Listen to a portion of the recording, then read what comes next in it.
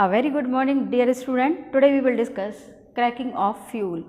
Different types के जो हम अभी फ्यूल देख रहे हैं like petrol, diesel, kerosene oil और सारे के सारे अलग अलग फ्रैक्शंस को हम कैसे हम उसको पाते हैं, क्योंकि इसमें होता है क्रूड ऑयल, और क्रूड ऑयल या कच्चा तेल जिसको हम बोलते हैं वो एक बहुत बड़ा सा फ्रैक्शन होता है। अब उसके पूरे बड़े से फ्रैक्शन को हम फ्रैक्शनल डिस्टिलेशन करके डिफरेंट टाइप्स के फ्यूल्स जो है वो हमको मिल जाते हैं। हमको इसमें जो फ्यूल जो हमको मिलता है, अब यदि मान लीजिए हमको एक पर्टिकुलर फ्रैक्शन हमको उसका चाहिए है, तो पर्टिकुलर फ्रैक्शन यदि हमको इसका चाहिए है तो हम उसको क्रैकिंग के थ्रू हम जो है उसको एक डिज़ायर फ्रैक्शन जो बना सकते हैं। तो डिज़ायर फ्रैक्शन बनाने की प्रोसेस को ही हम बोलते हैं क्रैकिंग। तो क्रैकिंग के लिए हमने कैसे डिफाइन करेंगे? Cracking is defined as the decomposition of high molecular weight hydrocarbon of high boiling point into simpler lower molecular weight hydrocarbon of low boiling point। तो क्या होता है कि बॉइलिंग पॉइंट बहुत ज़्यादा हाई होने की वजह से उसको हम proper as a fuel use नहीं कर पाते हैं, तो उसको प्रॉपर इग्निशन टेम्परेचर और प्रॉपर उसका एज ए फ्यूल हमको यूज़ करने के लिए हम एक हाई मॉलिकुलर वाले फ्रैक्शन को जब हम लो मॉलिकुलर वाले फ्रैक्शन में डिकम्पोज करते हैं, इस प्रोसेस को हम बोलते हैं क्रैकिंग। जैसे हमारा यहाँ पर C10H22, अब यहाँ पर ये जो 10 कार्बन वाला जो कंपाउंड है, इसका बॉइलिंग पॉइंट्स क्या है? 174 डिग्री सेल्सियस। जब हम इसकी क्रैकिंग करते हैं तो क्रैकिंग करने पर हमको ये दो फ्रैक्शन मिल जाते हैं, C5H12, C5H10। और यहाँ पर जो आपके पेंटेन वाले जो आपके हाइड्रोकार्बन्स मिलते हैं, लो मॉलिकुलर वेट वाले मिलते हैं, इनका बॉइलिंग पॉइंट जो है वो 76 हो जाता है। मतलब एक 174 वाले एक high molecular weight and high boiling point वाले कंपाउंड को हम लो बॉइलिंग पॉइंट वाले कंपाउंड में कन्वर्ट करते हैं, इसको हम बोलते हैं क्रैकिंग। अब ये क्रैकिंग जो होती है इसको हम फर्दर 2 टाइप्स में क्लासीफाई करते हैं। First is thermal cracking, second is catalytical cracking.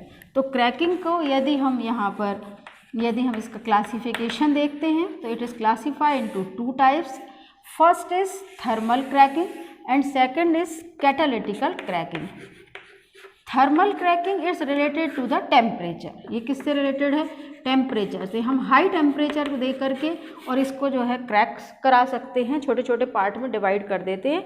Second is catalytical cracking. In this process we use some catalyst.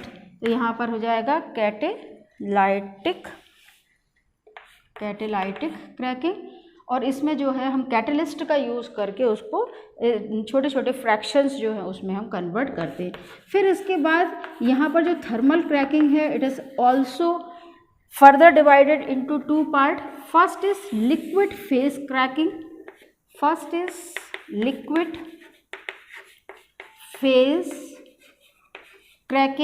Second is vapour phase cracking. तो यहाँ पर क्या है? ये लिक्विड फेज है, यहाँ पर वेपर फेज है। लिक्विड फेज और वेपर फेज के बीच में जो डिफरेंसेस हैं, उन डिफरेंसेस को अभी हम सेपरेट एक टेबुलर फॉर्म में अरेंज करके आपको समझाते हैं। Catalytical cracking again further divided into 2 types. First is fixed bed catalytical cracking, second is moving bed catalytical cracking. तो यहाँ पर फिक्स्ड बेड और मूविंग बेड 2 प्रकार का कैटालिटिकल क्रैकिंग है, और 2 प्रकार का यहाँ पर liquid phase and vapour phase thermal cracking है।